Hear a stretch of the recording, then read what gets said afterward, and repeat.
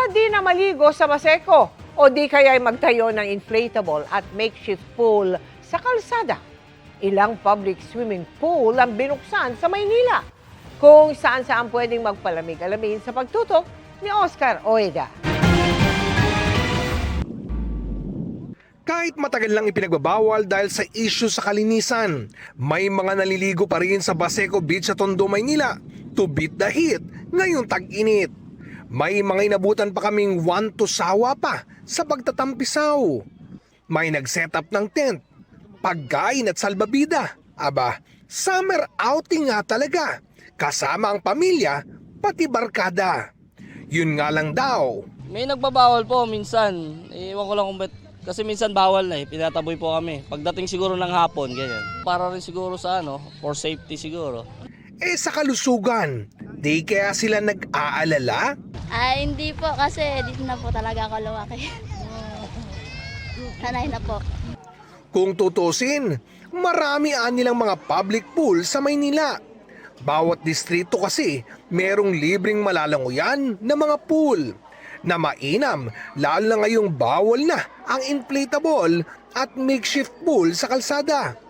Tulad dito sa Dapitan Sports Complex na libreng malalanguyan mula tanghali hanggang alas 3 ng hapon, Martes hanggang Biyernes, at alas 11 ng umaga hanggang alas 3 ng hapon tuwing Sabado at Linggo. Mayroong Vitas Aquatic Center sa Tondo na libre mula alas 10 ng umaga hanggang tanghali tuwing Tuesday hanggang Friday at alauna hanggang alas 5 ng hapon tuwing Sabado at Linggo. Medyo maluwag dito, tsaka pwede ko sila isama lahat. Lahat ng apo, manugam. Kailangan lang po nila ng proper swimming attire. Tsaka po mga ilang patakaran, kagaya po, o pagsunod sa ilang patakaran, kagaya po ng bawal po uminom. Tsaka po yung mga gawain na po pwedeng makapagdulot ng disgrasya o kapahamakan sa mga lumalangoy.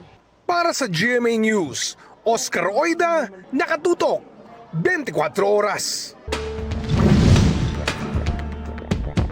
Mga kapuso, dismayadong dumulog sa inyong kapuso action man ang isang dating OFW. Ang inakala kasi niyang naipangalan na sa kanyang segunda manong sasakyan, walong ano-ano'y nailipat umano sa unang may-ari ng wala siyang pahintulot. Ang sumbong na yan, aming pinaaksyonan.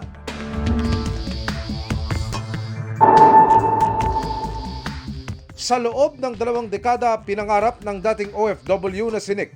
Hindi niya tunay na pangalan na makabili ng sariling sasakyan. Hulyo 2016 niya ito na isakatuparan nang mabili ang segunda manong SUV sa halagang 1.5 million pesos. Abril 2019, tuluyang nailipat sa pangalan ni Nick ang rehistro ng sasakyan. Pero wala pang 3 buwan, naibalik daw ito sa pangalan ng unang may-ari. Mga 2023 or 24 siguro. Sinabi ko ako nang maglalakad. Doon ko na-discover na yung pagkakalipat sa pangalan ko ng sasakyan na yon ay nawala po. So, nawala, it means hindi na po nakapangalan sa akin yung sasakyan based sa record ng LTO. Ang nakapagtataka raw na kumpleto ang cancellation of mortgage at transfer of ownership sa Iligan City District Office ng LTO. Ito'y kahit sa LTO-NCR na proseso ang transfer of ownership kay Nick. Ang LTO-NCR, ang pagkakasabi sa akin, wala silang masyadong maitutulong sa akin dahil nangyari po ito sa LTO Iligan. Kinakabahan, of course, at mula noon hindi ko na ginamit ang sasakyan. Maayos lang yung kaso, yun lang sa akin. Magkaroon lang ako ng peace of mind at saka ma-resolve kung ano talaga yung nangyayaring anomalya. Dumulog ang inyong kapuso action man sa Land Transportation Office. Siyempre, lahat ng paglilipat dapat may kaukulang dokumento. Siyempre, PNP, HPG, and kung sakali, may approval ng mother unit kung nasaan ang file, which is nandito sa Manila, at yung naglipat, hindi dito sa Manila. Dapat po may confirmation na sinasabi yun. So, yun po yung mga tinitingnan namin. Mapapatawan ng shock order ang mga sangkot at kung mapatutunayang nagkaroon ng illegal na transaksyon. Posible po silang administratively sanction. Pwedeng suspinde or pwede po silang matanggal sa trabaho po. Pagtitiyak naman ng LTO kay Nick. Basta makita namin ang dokumento na talagang totoo at may nagawang illegal or posibleng illegal, iyan naman po ay on our part ay amin pong ipababalik agad-agad. Sinubukan namin kunin ang panig ng dating may-ari ng sasakyan pero wala pa siyang tugon sa amin. Tututukan namin ang sumbong na ito. Para po sa inyo mga sumbong, pwedeng mag-message sa Kapuso Action Man Facebook page o magtungo sa GMA Action Center sa GMA Network Drive, corner Samar Avenue, Diliman, Quezon City. Dahil sa anumang reklamo, pang-aabuso o katiwalian, tiyak, may katapat na aksyon sa inyong Kapuso Action Man. Binangga, hinold up at pinagnakawan ng isang watch seller na sakay ng SUV sa Quezon City. Arestado na ang 4 na sospek habang tinutugis pa rin ang iba pang salarin na hawak pa umano ng mastermind ng pang-hold up. Nakatutok si Marisol Abduraman. Exclusive.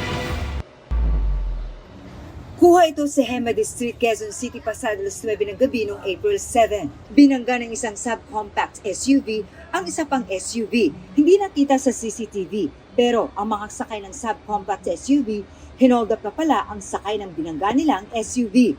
Ayon sa pulisya, watch seller ang biktima na galing sa transaksyon sa isang bar sa Pasig City bago mangyari ang robbery holdup. 30 minutes after ng meet-up nila, nung pauwi na siya, binangga po yung kanyang sasakyan at nung tumigil nga po siya, ay doon na nag-declare ng hold-up. Bumaba po siya. Nasa pool ng CCTV ang pagtakas ng mga salarin. Sa pagtugis ng Criminal Investigation and Detection Unit ng QCPD, nahuli sa magkahiwalay na operasyon ang mga suspects kanina madaling araw. Backtracking po tayo, so na-identify and through the information po given by the supposed buyer, yun po, nasundan po natin yung sasakyan nitong mga suspect hanggang sa maaresto po sila. Nakuha sa mga nahuli ang 2 relo, isang submachine gun, mga cellphone at mga sasakyang ginamit ng mga suspect. Sa impormasyon ng QCPD, organisado ang nasabing grupo na sangkot sa robbery holdup sa Metro Manila. Itinanggi yan ng mga nahuli. Wala raw ni isa sa kanilang kasama sa pang-hold up ng gabing yun. Ano po ang role? Ba't kayo napasama sa grupo? Wala po akong role. Nadamay lang po. Bagamat ang isa sa kanila, inamin sa kanya na kuha ang 2 relo. May 2 pa umunong iba na hawak daw ng taong anyay, nagplano raw ng pang-hold up. Bakit nasa kustodiya mo na yung 2 relo? Yung nirentahan po na sasakyan doon, nandun na po yung relo kasi pinapakuha niya. 4 ho yun, kinukuha niya ho lahat. Kaso, sabi ko, di pwede. Kung magkaroon ng problema, kailangan meron ako pang surrender. So yung nagplano doon sa kaibigan niya na si Arvin. Yung kaibigan niya yung biktima? Ayon sa QCPD, may dati ng kaso ang nasabing suspects na may kinalaman din sa transaksyon ng mamahaling relo. Tuloy ang pagtugi sa iba pang salarin na itinuturing ng QCPD na armed and dangerous. Marisol Abduraman, nakatuto, 24 oras. Ikinatuwa ng mga kongresista ang hindi pag-issue ng Korte Suprema ng temporary restraining order sa impeachment proceedings laban kay Vice President Sara Duterte. Kaya tuloy ang pagdinig sa April 14. Nakatutok si Tina Panganiban Perez. Dahil hindi naglabas ang Korte Suprema ng hinihinging temporary restraining order ni Vice President Sara Duterte, sinabi ni House Speaker Faustino D. III na itutuloy ng Kamara ang mandato nito sa konstitusyon kaugnay ng impeachment complaints laban sa bise. Tiniyak niyang uusad ang proseso sa Kamara ng nakabase sa konstitusyon, rules at ebidensya at bibigyan ang lahat ng panig ng pagkakataong magsalita. Sa inilabas kasing direktiba ng Korte Suprema, hindi nito pinigil ang isinasagawang impeachment proceedings ng House Committee on Justice at pinagkomento lamang ang Kamara sa mga petisyon ni Duterte at ng isang grupo ng mga abogado na kumekwestiyon sa constitutionality ng proseso. We welcome this as a positive development kasi ibig sabihin, walang PRO na na-issue ngayon, tuloy ang paglalabas ng ebidensya. So the fact na pinapa-comment lang muna, that's a good thing na hindi mapipigilan. Kasi yun naman talaga ang inaasahan namin. We are hoping that this time around, the Supreme Court will exercise judicial restraint. Na wag na sanang makialam, na wag na sanang pigilan pa uli itong ongoing impeachment proceedings kasi kailan pa natin mapapanagot yung dapat mapanagot. Kaugnay ng pagpapatuloy ng pagdinig ng House Committee on Justice sa April 14, naglabas ito ng subpoena para humarap si Attorney Michael Powa, abogado ng bise at dating spokesperson ng Department of Education noong panahon ni Duterte. Pinasusumite sa kanya ang mga isinumite ng Department of Education sa Commission on Audit kaugnay sa kinikwestyong paggamit ng confidential funds. Naglabas din ng komite ng subpoena para kay NBI Director Melvin Matibag para humarap sa komite at isumite ang mga records sa investigasyon nito sa mga banta ni Duterte, kina Pangulong Bongbong Marcos, First Lady Liza Marcos at dating House Speaker Martin Romualdez. Kasama rin sa mga paghahanda ng House Committee on Justice ang pagbibigay ng seguridad kay Ramil Madriaga na nagpakilalang dating aide at umunoy bagman ni Vice President Sara Duterte. Magugunitang pinayagan ng Manila Regional Trial Court si Madriaga na nakadetine sa kasong kidnapping na humarap sa House Committee on Justice sa April 14 mula alas 8 ng umaga hanggang alas 5 ng hapon. So ang sisiguraduhin na lang is yung he'll be provided with proper escort.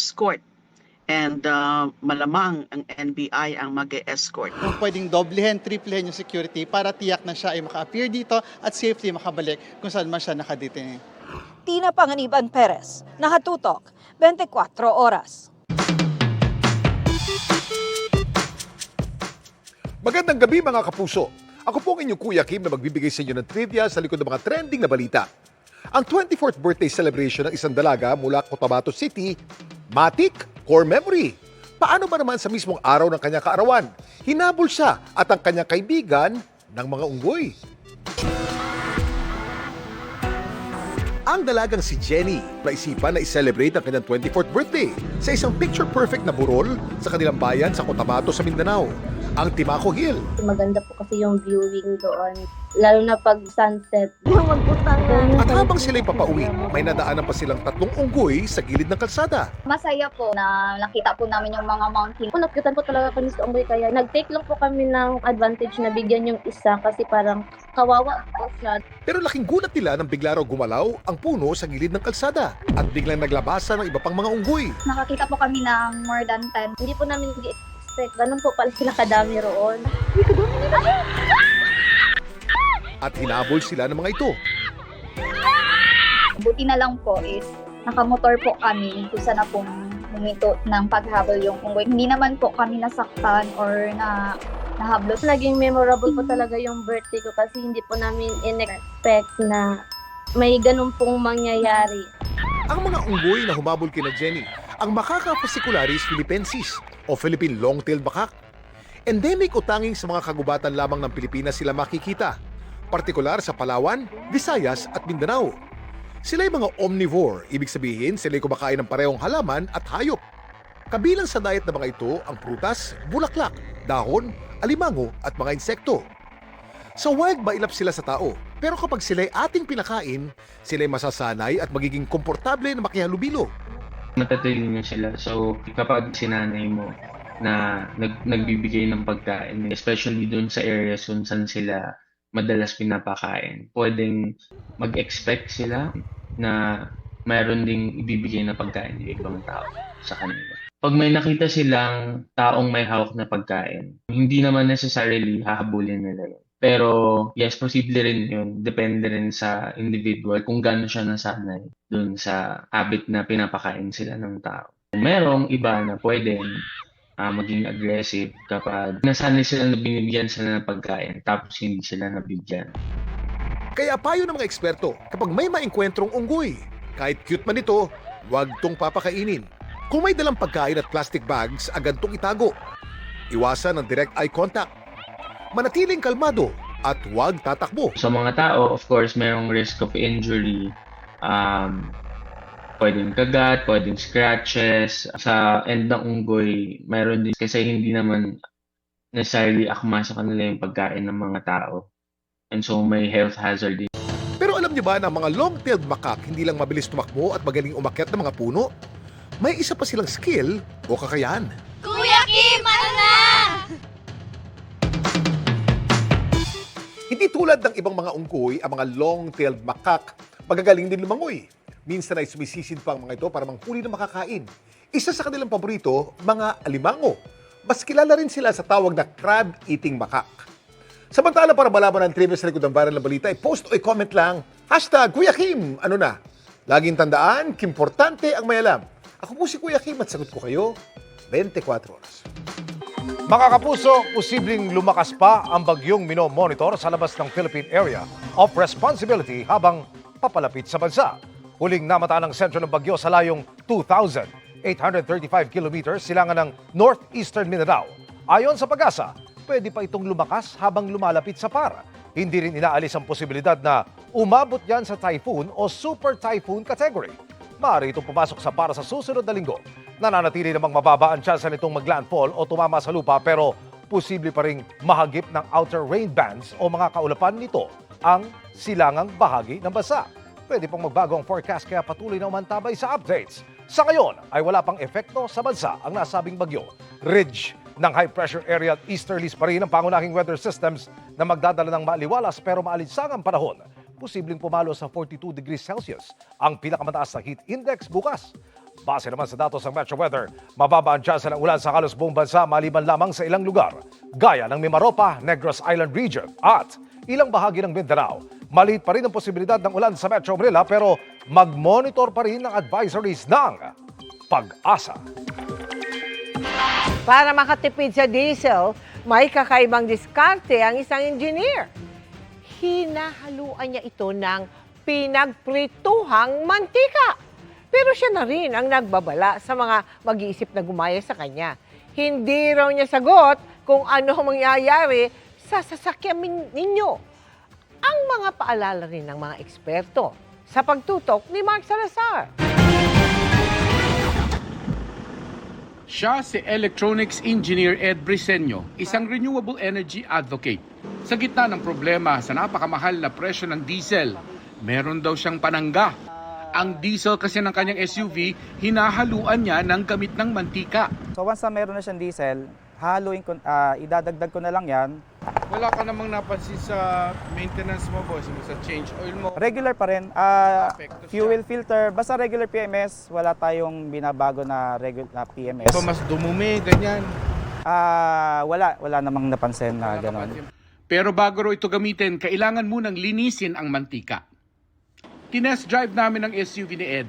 Simula pa 2019, naghahalo na siya ng mantika sa makina at wala raw siyang naging problema. From time to time, binabalik ko ulit sa pure blend na diesel.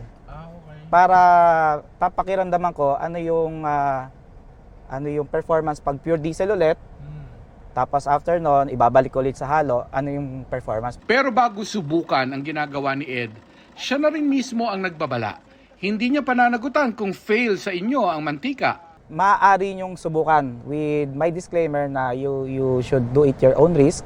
Ayon sa Automobile Association Philippines, baka yung hinahabol mong tipid ay maging gastos lang kapag nasira ng mantika ang makina mo. It may help you save on fuel costs initially, but eventually, partner, dudulugin niya yung mga injector ng ano mo, lalo na pagka common rail. Naku, deadly sa common rail yan. May pwedeng gamitin yung mixture na ganyan kung direct injection. Gumagamit naman daw talaga ng coconut oil sa fuel mix, pero konti lang at sopistikado ang blending process. Yung general oil, yung cooking oil, ang tawag yan, mas mabigat yan kaysa sa petroleum diesel. Kaya yung nagbabara, no? Para bang mas malapot siya kaysa sa petroleum diesel. Kaya hirap siyang gamitin ng ordinaryong makina. Lalo for modern engines, hindi pa pwede yan eh. Pero yung mga 1997 and below, ang tawag ng DID, direct injection engines, yun, tatanggapin yan. Noong World War II, ginamit daw ng Hapon ang coconut oil dahil kapos na sa krudo. Pero napaka-basic lang daw noon ng makina. Kung yung makina ay prior to 1997, most parts are more mechanical, no? Lalo na ang system diyan na tinatanong mo, anong klaseng gasket ang ginagamit nung araw? Gumagamit pa yata ng cork gasket noon eh. Ngayon, yung quality ng mga gasket, that's the one that keeps the parts sealed, yung gasket, no, rubber gaskets between two metal parts, no? Yun ang nagbago. Pangalawa, yung electronic components ng makina, noong araw wala nun. It may work, yes, pero kailangan magaling kang magmekaniko kasi wala kang ginawa kundi laban yung injector mo. Kasi mabigat nga, makunat eh. Mark Salazar, nakatutok 24 oras.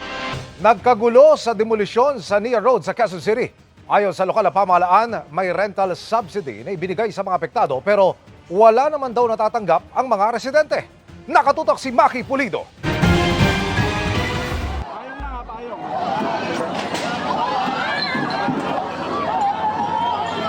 Nagliparan ang mga bote at bato sa clearing operation sa isang komunidad sa Nia Road, Quezon City, pasado 1:00 ng hapon kanina.